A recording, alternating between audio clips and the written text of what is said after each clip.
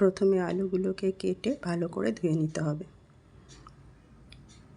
এরপর কড়াইয়ে কিছুটা তেল দিয়ে ওর মধ্যে নুন আর হলুদ দিয়ে সমস্ত আলুগুলো একে একে দিতে হবে।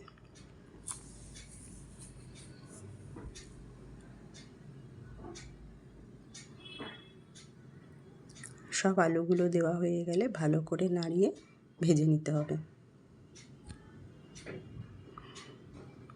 আলুগুলো ভালোভাবে ভাজা হয়ে গেলে একটা পাত্রে তুলে রাখতে হবে।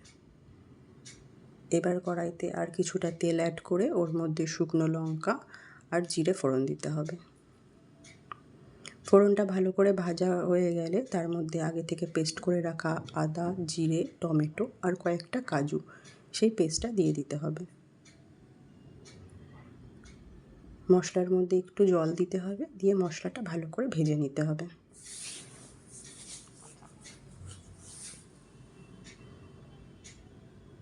মশলাটা ভাজা হয়ে গেলে তার মধ্যে কিছুটা মটরশুঁটি অ্যাড করতে হবে। যেহেতু এখন মটরশুঁটি অ্যাভেলেবেল, তো দিলে একটু টেস্টটা বেটার হয়। মটরশুঁটি দেওয়া হয়ে গেলে মশলাটা আবারও ভালো করে কষিয়ে নিতে হবে।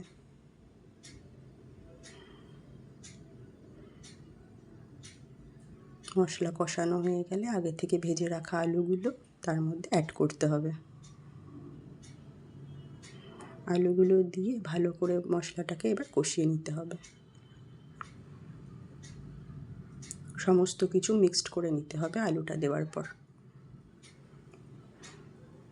এবার আপনাদের পরিমাণ মতন, যতটা আপনারা ঝোল খাবেন সেই পরিমাণ মতন জল অ্যাড দিতে হবে। তবে গরম জল দিলে একটু বেটার হয়। এর মধ্যে আমি একটা জিনিস মিস করে গেছি, যেটা আমার ওই মশলা কষানোর সময় একটু হিং দিয়েছিলাম। হিংটা দিলে স্মেলটা একটু ভালো হয়।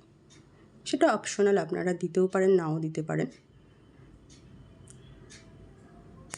এরপর ঝোলটাকে একটু ফোটাতে হবে, হয়ে গেলে পরিবেশন করে দেবেন।